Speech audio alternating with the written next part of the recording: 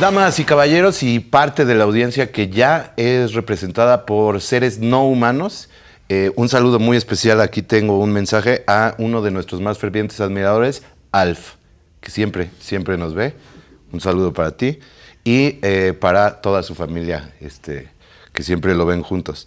Soy Miguel Burra, el conductor de esta aeronave interestelar que transmite desde el 2050 al 2025, cosas que pues pueden parecer spoiler de película, pero que les van a servir para tomar las mejores decisiones allá en su cochina realidad donde viven ustedes, pero para que los traigan hasta acá, pues en esta bonita posición en la que estamos hoy. El día de hoy tenemos una invitada que nos demuestra, por lo menos, por decirlo menos, que el poder femenino pues sí rifa y seguirá rifando durante los próximos 25 años. Les voy a contar un poco de sus andanzas. Estudió Relaciones Internacionales y Ciencia Política en la Universidad Francisco Marroquín, que está en Guatemala. Francisco Marroquín no es primo de Marroquín, el que era un payasito de la televisión en Monterrey, que se llamaba Pipo, y ya se murió. A todos los de Monterrey les digo, ya se murió Pipo. Si se tienen que poner tristes, pónganse tristes y luego pónganse felices con el chicharrón de las Ramos. Además, se posicionó como figura mediática, no el payasito, sino nuestra invitada, en América Latina por discursos polémicos contra el populismo, el socialismo y la corrupción. Tal vez no tan polémicos. Polémicos para los que no creían en lo que estabas diciendo, ¿no? Exacto, cuando no era profético.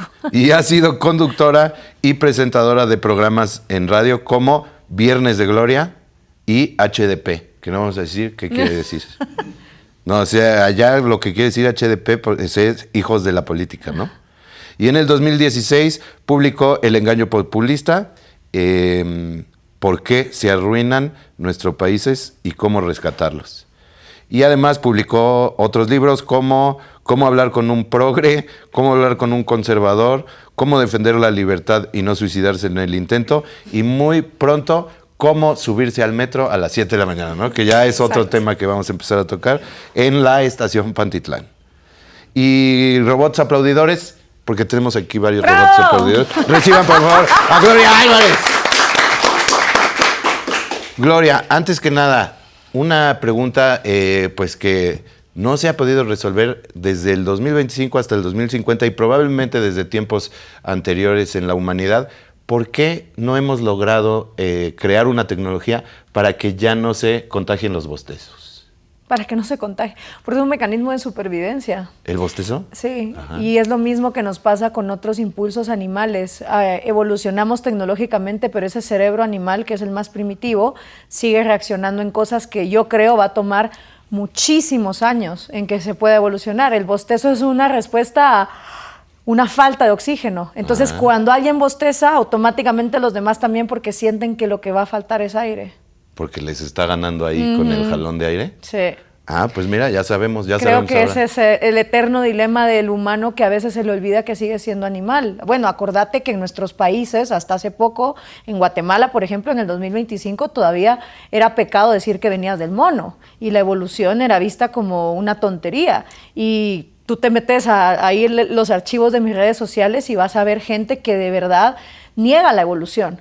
Y negar la evolución, pues obviamente trajo consecuencias como pésima educación sexual, desnutrición crónica rampante, porque cuando negamos nuestra naturaleza y no la conocemos, pues está jodido salir hacia otros lados, ¿no? Claro, ya la negación implica no buscar una solución para ninguna de esas posibilidades, ¿no? Exacto. Cuéntanos, Gloria, ¿cómo ahora desde el 2050, cómo ves lo que estaba pasando allá en el 2025? Porque nosotros tenemos una tecnología que nos deja transmitir hacia el 2025, entonces probablemente lo que nosotros platiquemos aquí pueda servir para que tomen mejores decisiones los que están allá en el 2025 y lleguemos a una realidad mejorada, más evolucionada probablemente. ¿Cómo te acuerdas del 2025? Para mí el 2025 fue lo mismo que pasó en los años 30 de todavía el siglo anterior. Estábamos en un momento donde el fascismo, el nazismo, la misoginia, el machismo, el racismo estaban súper posicionados con aquellas figuras como Donald Trump, que en paz descanse, el narcisista de Netanyahu. No existía todavía Palestina como un estado, ahora ya existe. Entonces, estábamos en un momento que también era la respuesta a otro péndulo maldito del cual veníamos, que era el socialismo del siglo XXI, que se agarró de causas que nunca le importaron un carajo, como la agenda woke. Entonces ellos eran los que decían, mujeres, gays, ecología, vengan a mí, que yo soy el que los va a sacar adelante. Y obviamente estos gobiernos llevaron el péndulo al absurdo total. ¿Te acuerdas cuando la gente se autodeterminaba gato y había 32 géneros en las escuelas y todo este rollo? Y viene entonces este regreso a ese patriarcado, a la familia conservadora. Nos querían imponer en pleno 2025 que solo había una manera de ser y una religión. O sea, un peligro teocrático muy al estilo de lo que fue Hitler y Stalin en su momento, ¿no? Entonces, sí estábamos en un punto de quiebre, porque muchas luchas que se habían ganado en temas de la libertad de amar, de las libertades de las mujeres, estaban a punto de perderse en Occidente. O sea, aquella serie ya viejita de Handmaid's Tale, ajá, que la miraban muchos como algo profético, sí en algunos casos estaba a punto de pasar. Ajá. Y siento que fue muy bueno que todo este club de hombres con el ego herido gobernaran y desgobernaran a magnitudes tan espantosas que nos llevaron a guerras, a genocidios. Y cuando ellos ya dejan a su paso, bueno, excepto Bukele, que sigue atornillado en el poder en El Salvador, ahí sigue, le han hecho atentados de bombas, ya se descubrió que no hay libertad de prensa en El Salvador. Como todo, ¿no? Un político es como los pañales, si no se cambian a menudo empiezan a apestar. Entonces es lo mismo, no es lo mismo el Bukele del principio que el Bukele que lleva ahora ya casi 40 años atornillado en el poder, y lo chistoso es que esa era la misma gente que se quejaba de las dictaduras, ¿no? De Castro y de Chávez y etcétera. Entonces yo creo que el 2025 era un momento muy preocupante y no sabíamos exactamente quién iba a ganar en esta pugna, ¿no? por el poder. ¿Y qué fue lo que pasó para traernos hasta este momento? Pues yo creo que pasaron muchas cosas buenas. El hecho, por ejemplo, de que a Trump le diera un infarto y dejar ese vacío del poder. Por comer tantos chetos, ¿verdad? Exacto. Ese color naranja tan natural y bueno, y obviamente su batalla con el Tylenol, que era todo un tema cuando quería distraer con ciertas cosas. Se bañaba en Orange Crush, también como nos iba a morir. ¿Cómo nos iba a morir ese? Y el hecho también de que Palestina fuera reconocido como un segundo estado trajo algo muy interesante, que fue que todas las mujeres en el Medio Oriente, en lugar de lo que creíamos que iba a ser la islamización del mundo y íbamos a regresar al tiempo de las cavernas, las chavas en Medio Oriente, al ver la posibilidad de la creación de un Estado palestino, se empezaron a poner las pilas y aquellos movimientos de las primaveras rosas que empezaron a surgir en Irán, en Egipto, en Jordania, hicieron todo un auge donde fue maravilloso porque fue como cuando llegó el Renacimiento en Occidente y le dijo al cristianismo, hazte para un lado, separación iglesia y Estado, y ahora estamos viendo sociedades laicas donde las mujeres árabes se separaron de ese machismo, esa violencia doméstica que venía concebida por el Islam como una religión súper totalitaria, y el entendimiento también que ahora estamos en una época donde hay más personas que no se denominan de ninguna religión. Fueron tantos los escándalos de pederastía dentro de la Iglesia Católica, de abusos, fueron tantos también en las iglesias evangélicas, es como la luz del mundo que finalmente desapareció después de destruir tanto esa imagen, que yo me encontré, como siempre pasa, porque no sos tú el que llega solo a una presidencia, sino que tienen que pasar muchísimas cosas para que pueda surgir ese momento donde la oportunidad y la preparación se encuentran y hay un cambio. Y eso fue lo que yo pude percibir al llegar a la presidencia de Guatemala, que era un empuje mundial hacia un nuevo modelo. Y era lógico, porque todos los modelos se agotan. Y este modelo que en 2025 estaba súper impuesto del patriarca macho narcisista que estábamos viendo en esta nueva derecha como producto de lo mismo que habíamos visto del socialismo del siglo XXI, empieza a caer.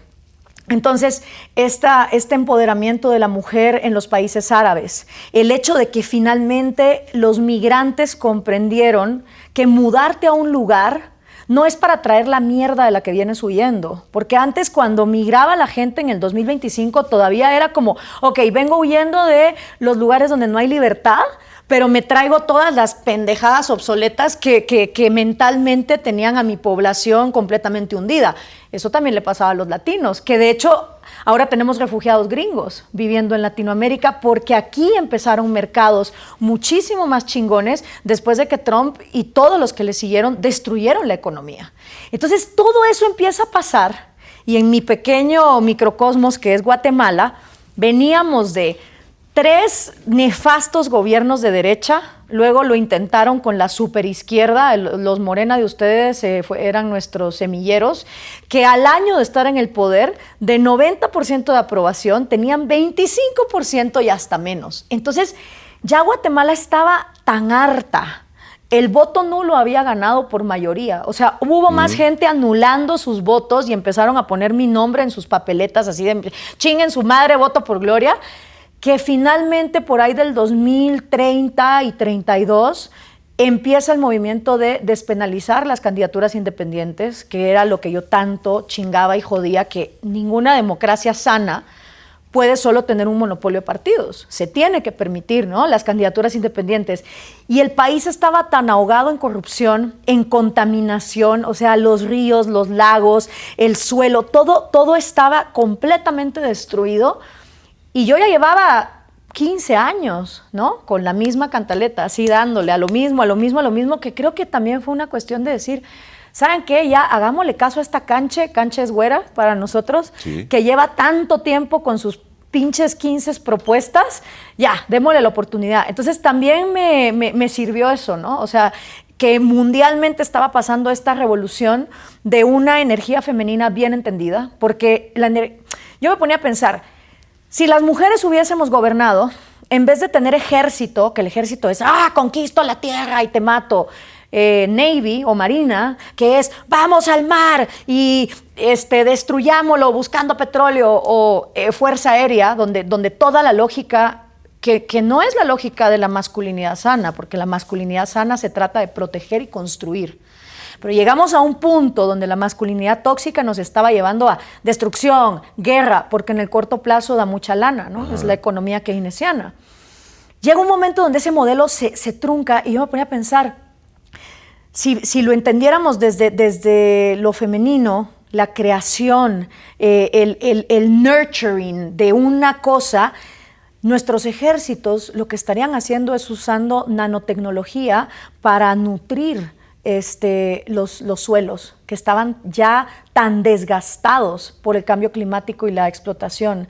Tendríamos también nanorobots en el mar pulverizando los microplásticos. Tendríamos una fuerza aérea que estuviera viendo cómo empezar a ver el tema de la captación de lluvias, porque sabes que se nos estaba cayendo a pedazos el tema climático, estaba lloviendo demasiado en lugares donde habían unas inundaciones terribles y obviamente ahí la desigualdad se volvió peor, porque así como en Ciudad de México, las partes donde hay menos árboles son las más pobres. Entonces, cuando llovía, se inundaba todo y esa gente es la más afectada. Y luego, cuando había sequías, sí, en la Roma, en la Condesa, donde siempre hubo arbolitos, ahí no, pero en los otros lados sí. Lo mismo pasó en mi país. Entonces, ya se empezaron a analizar mis 15 propuestas y dijeron, tal vez esta Canche no está tan loca, tal vez algo de lo que ella viene diciendo tiene razón, y eso me lleva a mí al poder.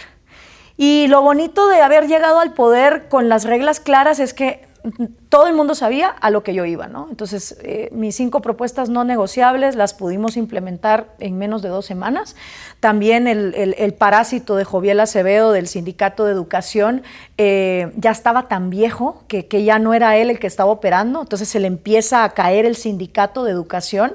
¿Y por qué siempre los líderes de los sindicatos de educación terminan de momia? Los sindigarcas son incluso peores que los presidentes, porque en el caso, por ejemplo, de Joviel, estuvo 45 años en el poder del sindicato, hasta el punto donde montó... Hace poco, a mí se me hace poco, aquí casi no.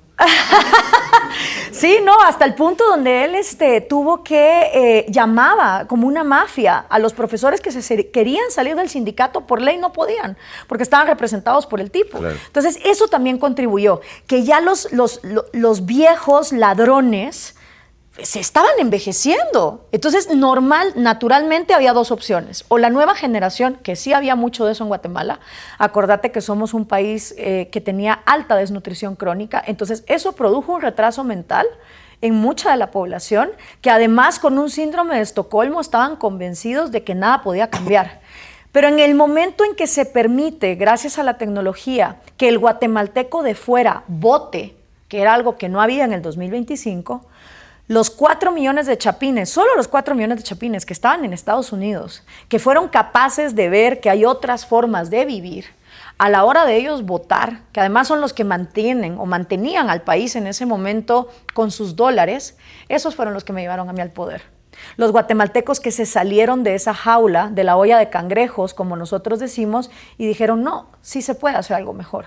Y entonces, los viejos poderes de siempre, las oligarquías, que también ahí incluyo a los indigarcas, porque se vuelven oligarcas, las viejas oligarquías del banano, el cemento, el azúcar, lo típico del país, los dejamos en paz, o sea, en vez de tratar de competir con lo que ya había, y abrimos nuevos mercados. Guatemala se volvió el primer país en América Latina donde se despenalizaron las plantas medicinales y las terapias a través de las mismas. Entonces yo empecé a hacer alianzas con neurocientíficos de Europa, de Estados Unidos, que venían de las escuelas de los psicodélicos que se quedaron completamente frenadas cuando Richard Nixon hizo la guerra contra las drogas. Los traje al país y empezamos a ver cómo podíamos empoderar a las mujeres indígenas a los conocimientos que ya eran de ellas, que es el tema chamánico del tratamiento de enfermedades y sobre todo de traumas, porque yo heredé un país donde 100,000 niñas anualmente entre 9 y 14 años de edad eran forzadas a parir después de haber sido violadas sexualmente por sus papás.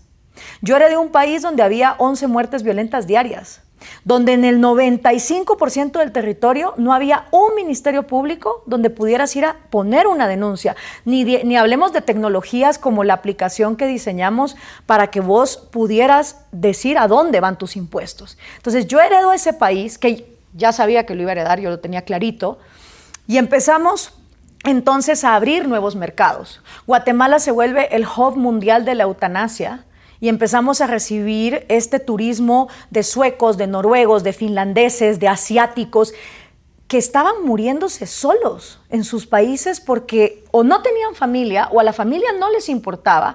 Y Atitlán, Antigua, diferentes puntos del país, empezamos a tener estos centros holísticos que no son ese hospital occidental horrible, blanco, donde te mueres solo, sino que aquí es una manera de tratar tu trascendencia más importante, que es la muerte, que es lo único que tenemos garantizado en la vida, de la manera más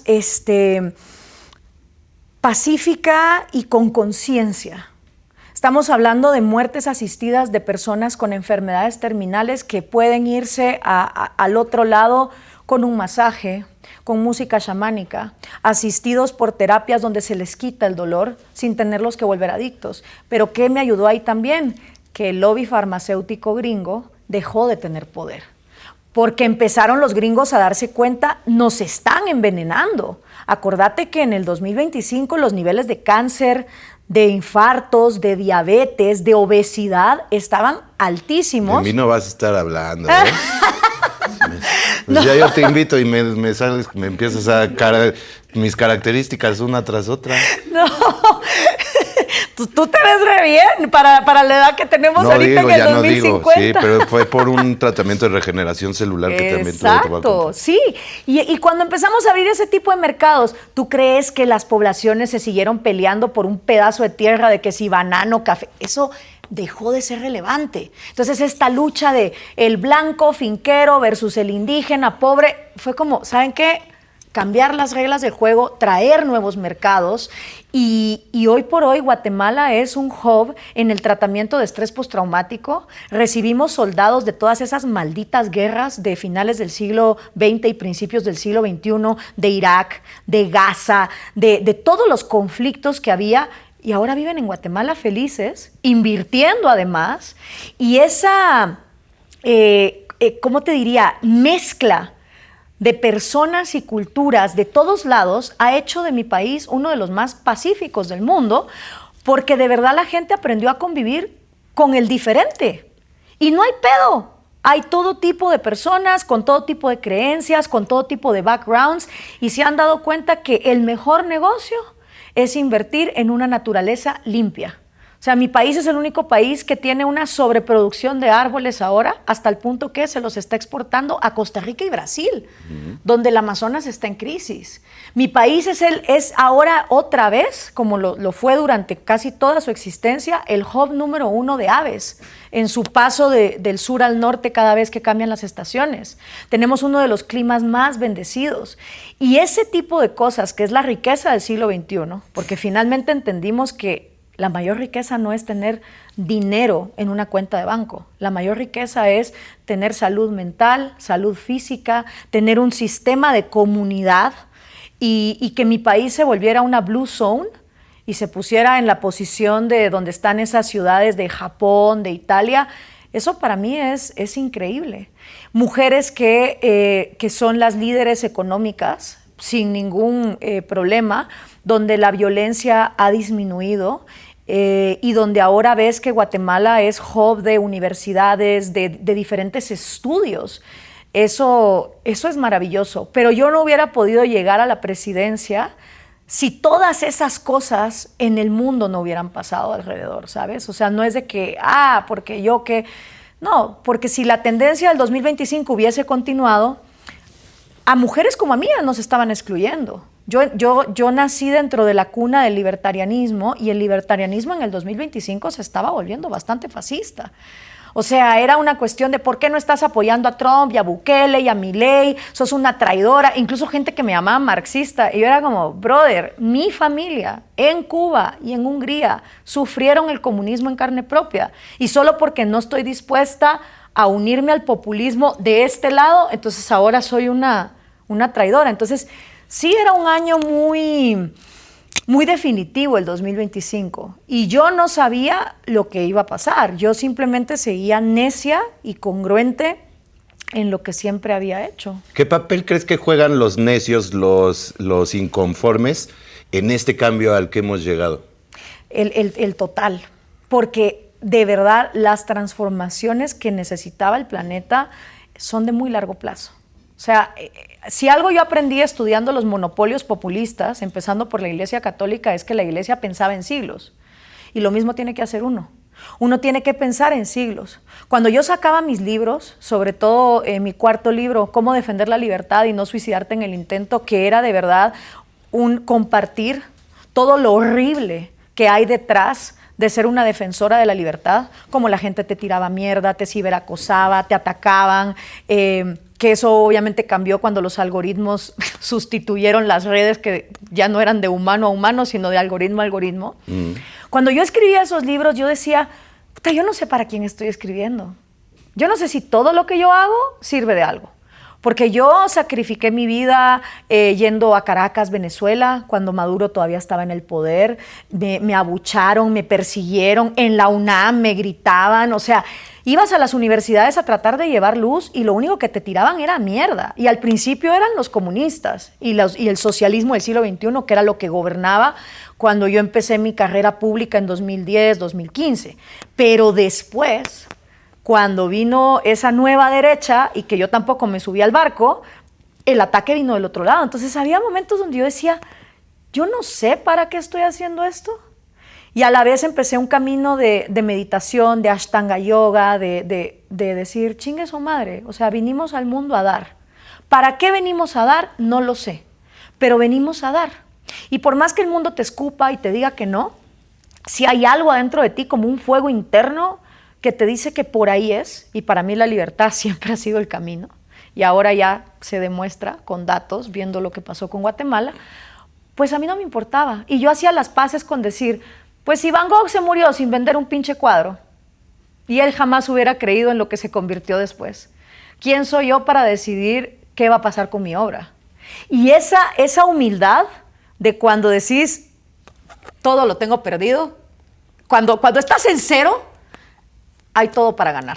Y cualquier victoria es una ganancia. Entonces, yo creo que eso es lo que los inconformes tienen que hacer. Tienen que llegar al punto de vacío total y de decir, es muy probable que yo nunca vea los frutos de mi batalla en vida.